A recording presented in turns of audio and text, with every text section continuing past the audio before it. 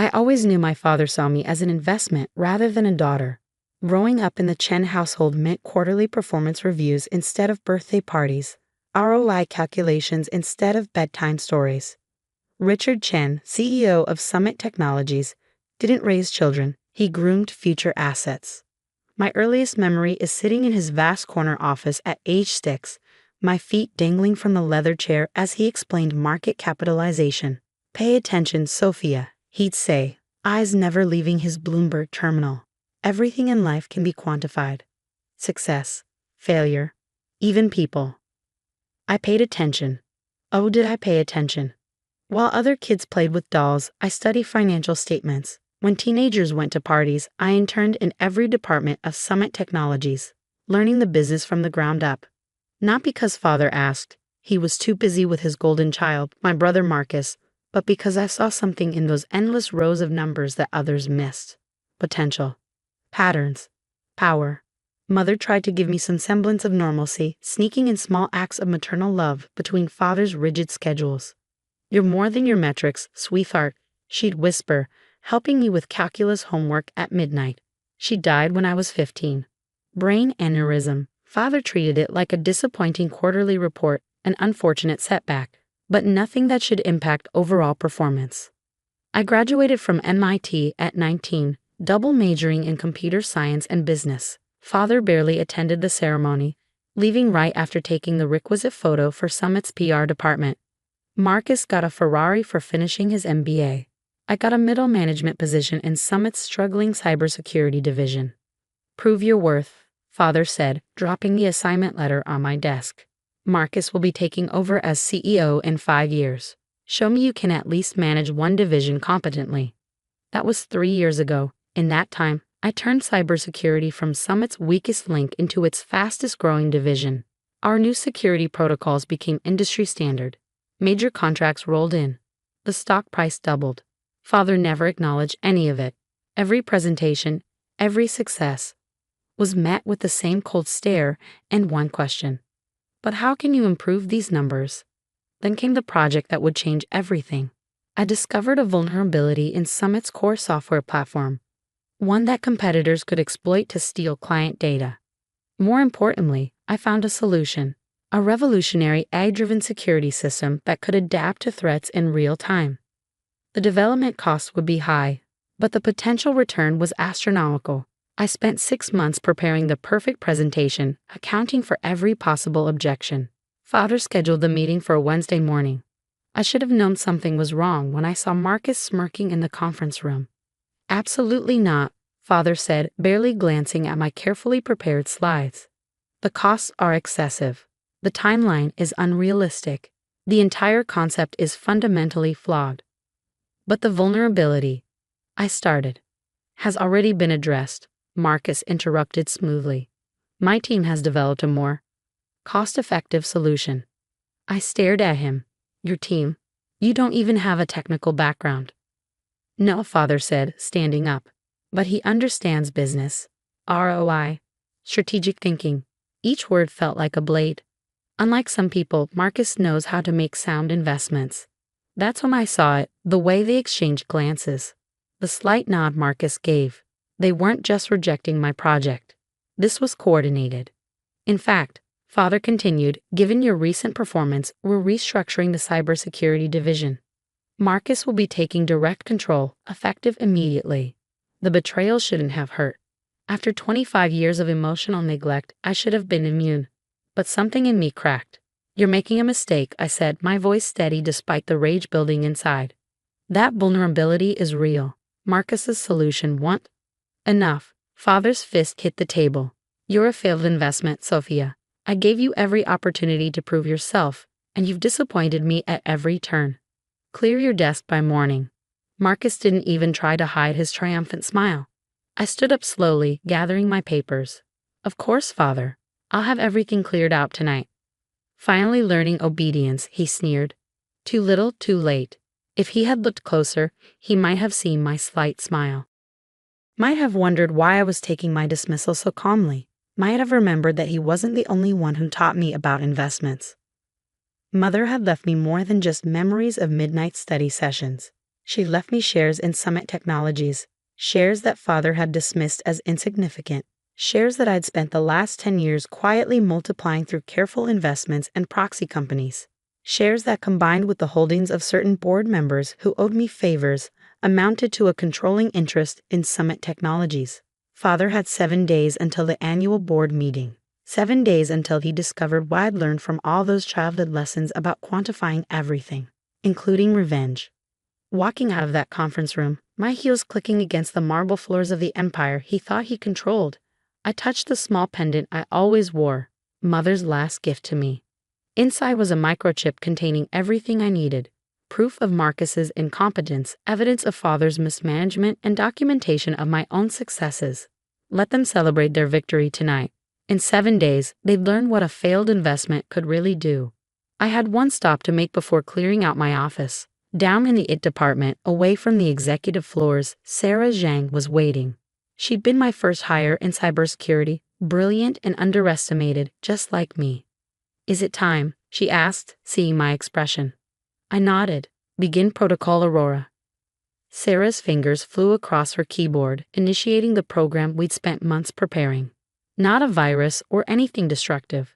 We weren't criminals after all. Just a sophisticated monitoring system that would document every change Marcus and his team made to our security protocols. Changes that, based on the preliminary report I'd seen on his desk, would catastrophically weaken our defenses. "How long?" I asked.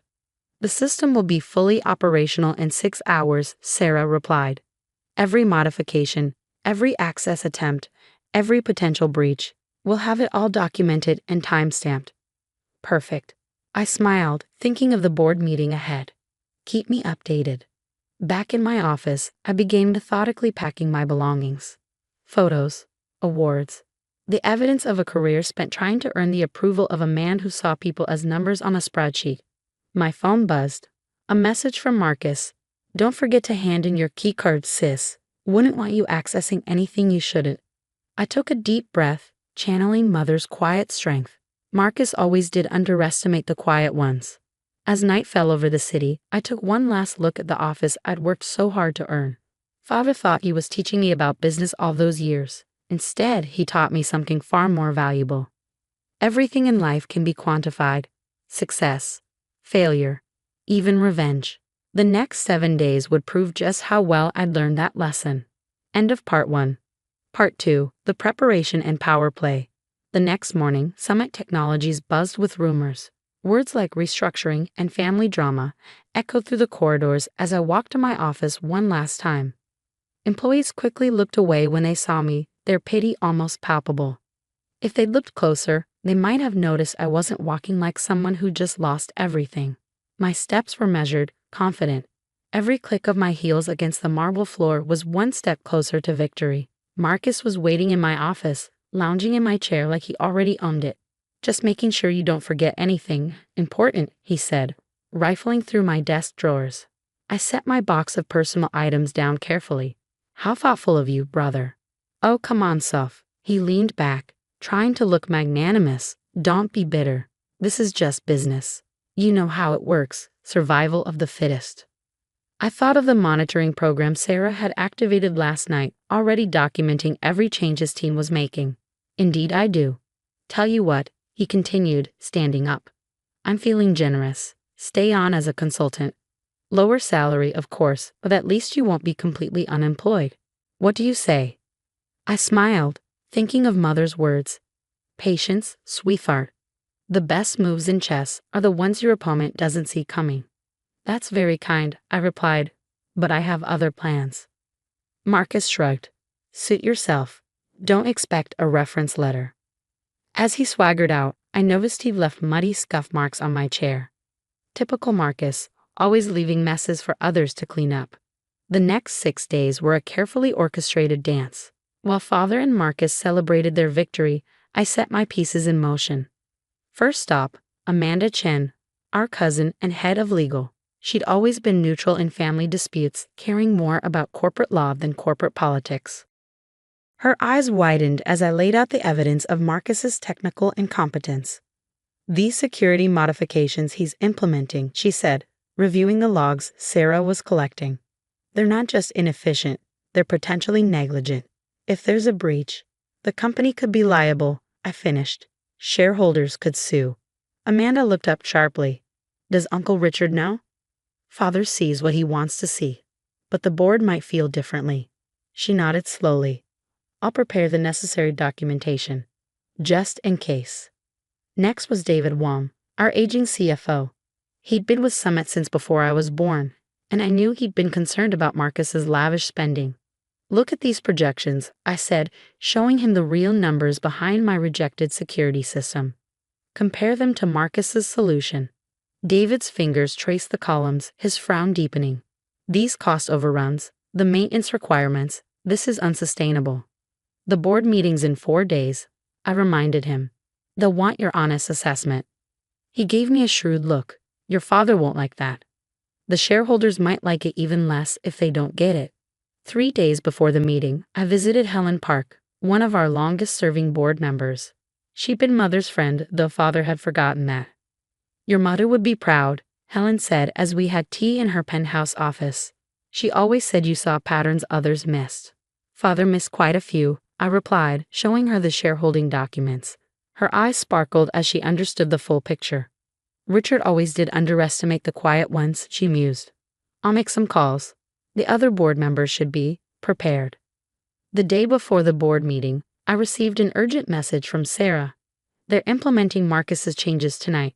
It's worse than we thought. I logged in remotely to review the data.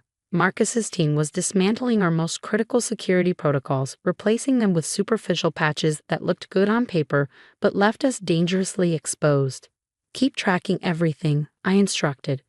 Tomorrow we show them exactly what cost-effective really costs. That evening, Father called. I watched my phone ring, remembering all the times I desperately wanted his approval. Now, I let it go to voicemail. Sophia, his voice was gruff.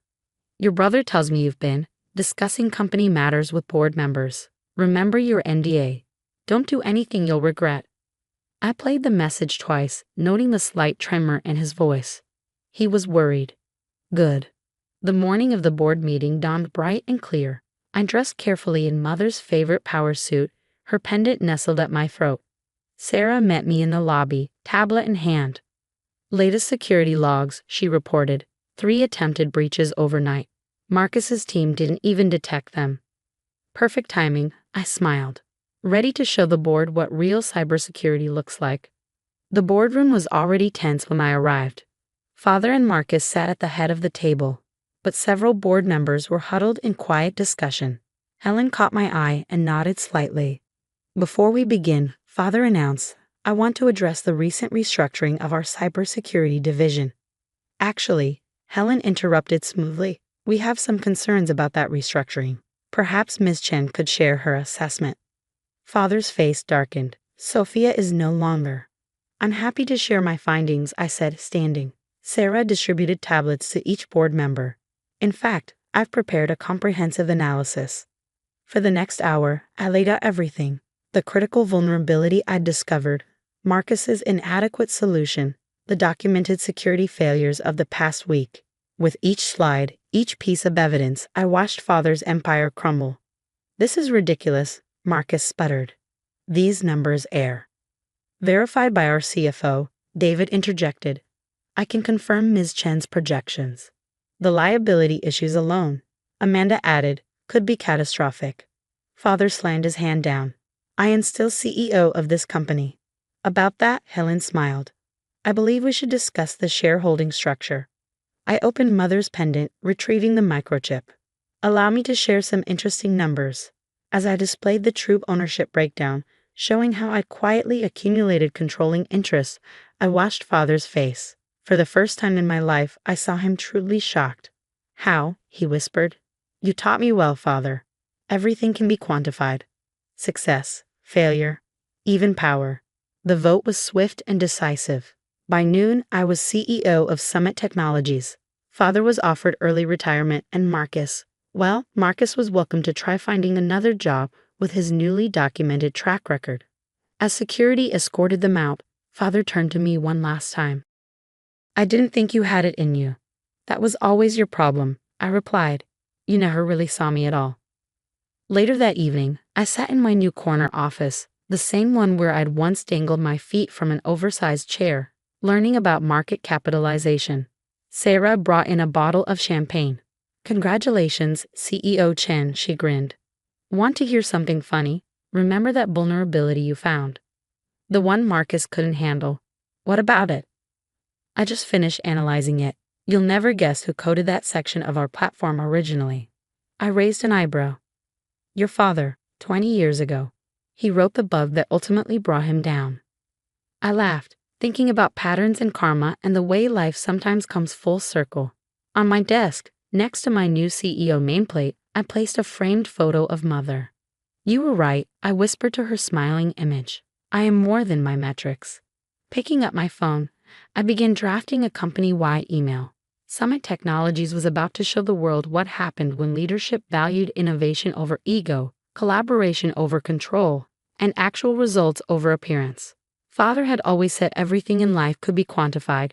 He just never realized that some things, integrity, vision, true leadership, added up to more than he could calculate. As for me, I had a company to run, employees to champion, and a legacy to build. One that would be measured not in quarterly reports, but in lives improved and potential realized. After all, that's what Mother would have wanted, and as it turns out, she was the best investment of all.